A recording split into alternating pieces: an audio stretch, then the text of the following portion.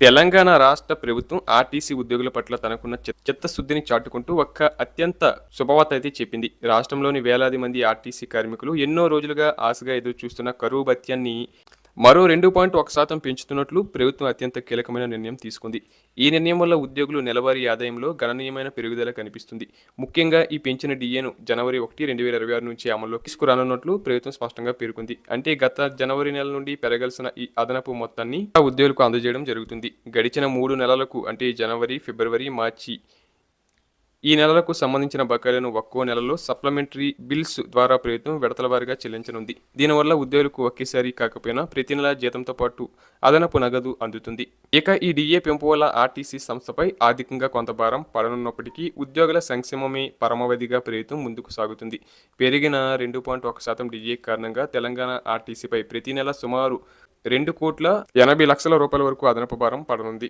ఏడాదికి లెక్కగడితే ఇది ఒక భారీ మొత్తంగా మారుతుంది. గత చరిత్రను ఒకసారి పరిశీలిస్తే చివరగా జూలై 2025లో ప్రభుత్వం 2.1% డిఏను పెంచింది. అప్పట్లో 48.6%గా ఉన్న కరువు భత్యాన్ని ప్రభుత్వం 50.7%కి పెంచడం జరిగింది.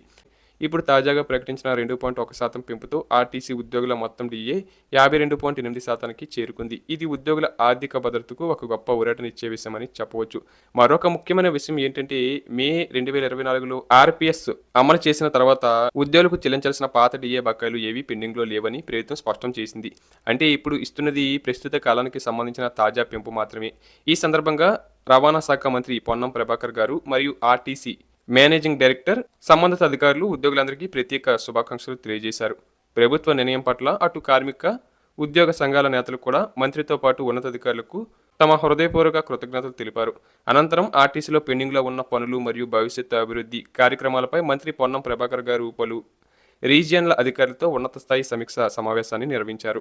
ఈ సమావేశంలో మంత్రి గారు అధికారులకు కఠిన ఆదేశాలు జారీ చేశారు. పెండింగ్లో ఉన్న ప్రతి పనిని యుద్ధ ప్రాతిపదికన వేగవంతం చేయాలని, ఎక్కడా జాప్యం జరగకూడదని సూచించారు. ఈ సందర్భంగా మంత్రి పొన్నం మాట్లాడుతూ ఆర్టీసీ ఉద్యోగులకు సంబంధించి ఉన్న ఏకైక పెండింగ్ డిఏను మా ప్రభుత్వం ఈ రోజు విడుదల చేసిందని గర్వంగా ప్రకటించారు. జనవరి 2026 నుంచి పెరిగిన ఈ 2.1% డిఏ అమల్లోకి వస్తుందని, భవిష్యత్తులో వచ్చే 3 నెలల కాలంలో ఈ బకాయిలన్నీ ఉద్యోగుల ఖాతాల్లో జమ అవుతాయని ధీమా వ్యక్తం చేశారు.